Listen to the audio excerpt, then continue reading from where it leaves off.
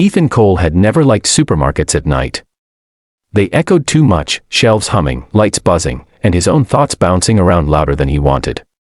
But with a 7-year-old daughter waiting at home and a fridge that held nothing but half a bottle of ketchup, he didn't have a choice. He clutched his basket, some bread, a small pack of chicken, milk, and apples, calculating the cost again and again. His paycheck had been delayed. Again. The landlord didn't care about delays.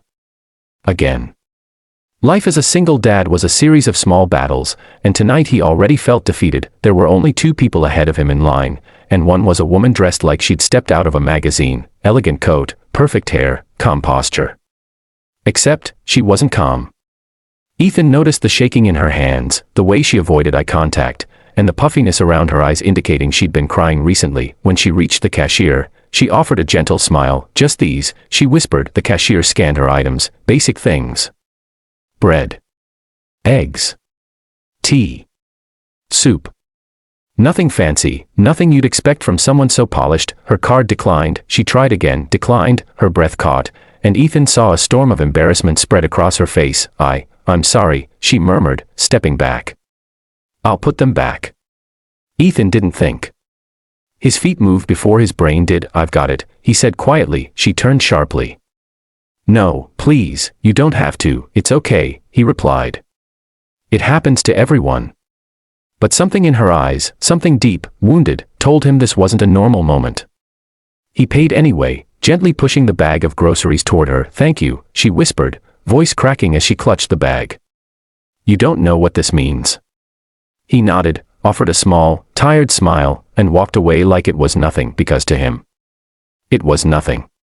Just kindness. To her, it was everything. Her name was Aria Lawson, and she wasn't just a woman having a bad night. She was the hidden CEO of Lawson Innovations, a company worth billions, currently on a secret sabbatical because her board had pushed her out for a break after she'd collapsed from exhaustion 2 weeks earlier. Nobody knew she had been struggling mentally, emotionally, or physically. Nobody, until Ethan. She rushed out of the store after him, something in her chest pounding hard. She wanted answers. She wanted to understand why a stranger would help her so easily. But when she reached the parking lot, he was gone, swallowed by the rain. But she'd seen his receipt when he placed it on the counter, and on it, his name, Ethan Cole, and she made a promise. She was going to find him, not to pay him back, but because for the first time in months, someone looked at her like she mattered, and she wasn't about to let that feeling slip away. Aria spent the next morning searching.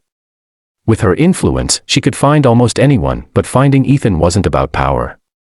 It was about understanding the men whose eyes held tiredness and hope at the same time. When she finally found the rundown apartment complex on the east side of the city, her heart squeezed.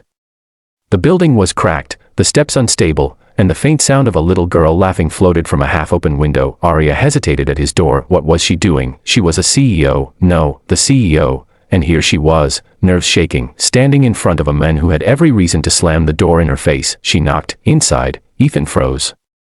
He wasn't expecting anyone, especially not a woman who looked like she walked straight off the cover of Forbes. "Oh," he said, confused.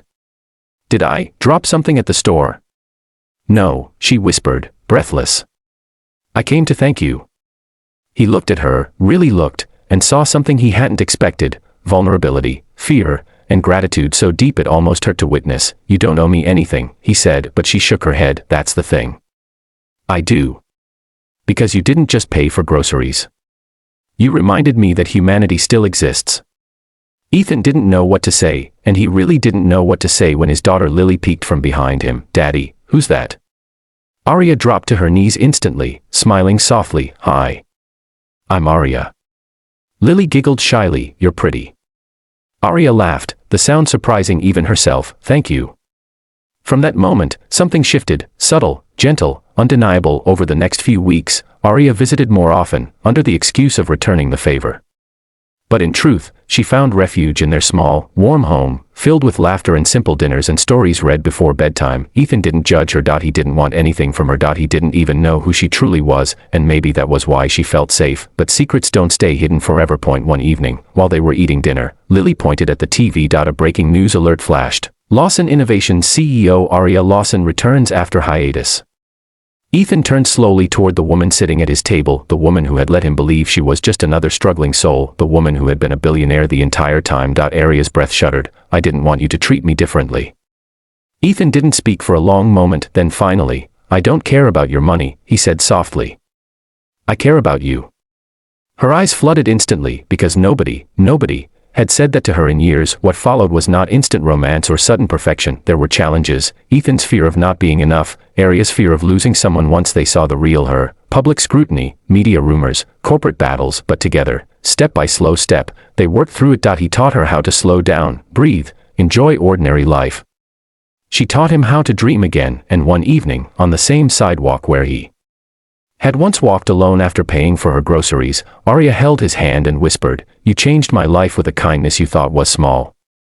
Ethan smiled gently, and you changed mine by seeing me. A final inspiring message for your viewers: one act of kindness can change a life, sometimes even two. And sometimes, when the universe is kind, it brings two broken people together so they can rebuild a future they never believed they deserved.